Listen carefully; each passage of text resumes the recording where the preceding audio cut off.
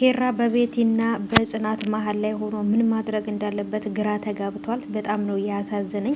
ጽናትም ደግሞ በጣም አሪፍ የሆነ ውሳኔ ወስናለች። ምክንያቱም የተደወለላት ስልክ ነበረ ከኪራ እንዳትርቂ ኪራ ወዶ አይደለም ቤቲ ብለው ከዛን ቤቲ ምን ስትላቸው ስልኩ ተዘግቷል።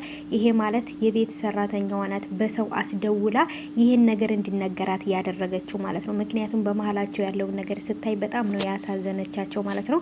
ወይንም ደግሞ እነሱ በጣም ነው እንትን ያለቻቸው ማለት ነው። እና ስለዚህ እንዲስማሙ አንድ እንዲሆኑ ለማድረግ የሆነ ነገር እያስተካከለች ነው። ምክንያቱም የቤት ሰራተኛዋ የነጽናት የነኪራ ቤት የምትሰራው ልጅ ቤቲ ስለሆነች ያመጣቻት። ቤቲ ደግሞ የምታሳያት ንቀቷ ማለት ነው ያላት ንቀት ጭራሽ እሷን ሌላ ነገር እንድታስብ ነበር ያደረጋት ማለት ነው። የዛሬው ብቻ ትንሽ በጣም አሪፍ ነው። አሪፍ የሆነበትም ምንድን ነው ጽናት እዛ ቤት ስራዬን እቀጥላለሁኝ ብላም ተመልሳ ቤት መታለች። ይህም ያደረጉት ደግሞ ሶስቱ ተማክረው ነው ምሩና እሷና ጓደኛዋ ማለት ነው ተማክረው ይሄን ነገር ለማድረግ ነው። ምክንያቱም የቤቲን ጉድ ለማውጣት ማለት ነው።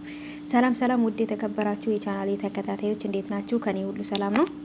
ነባሮች እንኳን በሰላም መጣችሁ። አዲስ የሆናችሁ ደግሞ ቤተሰብ የሆናችሁ የደወል ምልክቱን አብሩ ማለት ነው፣ ሰብስክራይብ አድርጉ እና እውነት ለመናገር በጣም ደስ ብሎኛል ዛሬ። ምክንያቱም ጽናት ተመልሳለች። ጽናት እሱን ተረድታዋለች። ወዶ እንደዚህ እንዳላደረገ ይሄን ነገር ታቅ ነበረ፣ ግን ደግሞ ቢሆንም አልተረዳችሁም ነበረ። ካለው የፊቱ ላይ ያለው የተስፋ መቁረጥ በቃ መኖር የሚባል ራሱ አስጠልቶታል ኪራ ማለት ነው። ምክንያቱም በጣም ግራ ተጋብቷል። አንደኛ እዛ ጋር ይወዳታል፣ እዚህ ጋር ደግሞ እሷን ብቻ በጣም ከባድ ነው።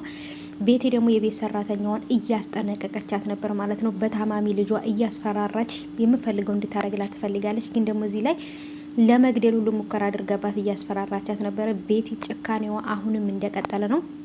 ብዙዎቻችሁ ቤቲን ነው እየተናገራችሁ ያላችሁት ማለት ነው። ቤቲን ነው በቃ ቤቲ ከድራማው አውጡልን እያላችሁ ነበር ሁላ ማለት ነው። ከድራማው ላይ ቤቲ ትውጣ እያላችሁ ነበረ። በነገራችን ላይ ቤቲ መውጣት የለባትም። ምክንያቱም ቤቲ ከወጣች ትንሽ ነገሩ እንትን ይላል ማለት ነው። ስለዚህ እንደዛው ትቀመጥ፣ ግን ደግሞ በደንብ መማር አለባት፣ ትምህርት መውሰድ አለባት ማለት ነው። ምን አይነት ክፉ ነገር መስራት በቀል መጨረሻ ላይ መጥፎ ነገር እንደሚያመጣ ትምህርት ማግኘት አለባት ማለት ነው እንጂ እንደዚሁ መውጣት የለም። ሳትማር አትወጣም ማለት ነው።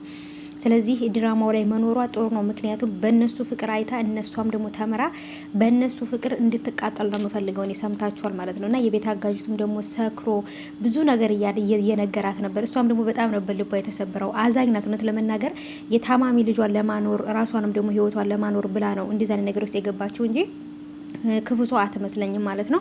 በተለይ ደግሞ ብዙዎቻችሁ በኮሜንት አዎ ግን ደግሞ የራሷን ህይወት እንትላለሁ ብላ የሌላን ሰው ህይወት ማጥፋት የለባትም እያላችሁ ነው።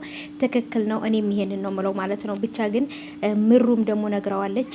በፊት ከሀዋሳ ድረስ ደውለህ ያመጣኸኝ የገነባነውን ፍቅር መልሰህ አሁንም ልታፈርሰው ነው እንዴ? ፍቅር በጣም ከባድ ነገር ነው። አንተ እንደምትፈልገው እንደዚህ የምትገለባብጠው አይደለም ብላ በጣም ተቆጥታለች። እዚህ ጋም ሶስቱ ተቀምጠው ሌላ ነገር እያቀዱ ነበር ማለት ነው። ምክንያቱም ኪራ ወዶ እንደዚህ እንዳላደረገ በደንብ ስለሚያውቁ ማለት ነው። ጽናትም ደግሞ ልትረዳው እየሞከረች ነው። ምክንያቱም ይሄን ነገር ታውቃለች። እሱ በጣም እንደሚወዳት በእናቱ ሙሉ ሊተዋት እንደማይፈልግ ነግሯታል። እንደሚወዳትም ካይኑ ታውቃለች። ግን በሆነ ነገር ተገዶ ይሄን ነገር እያደረገ ስለሆነ ትረዳዋለች ብዬ አስባለሁ። ቤት ውስጥም ደግሞ ጽናትና ቤቲ እየገጠሙ ነው ማለት ነው።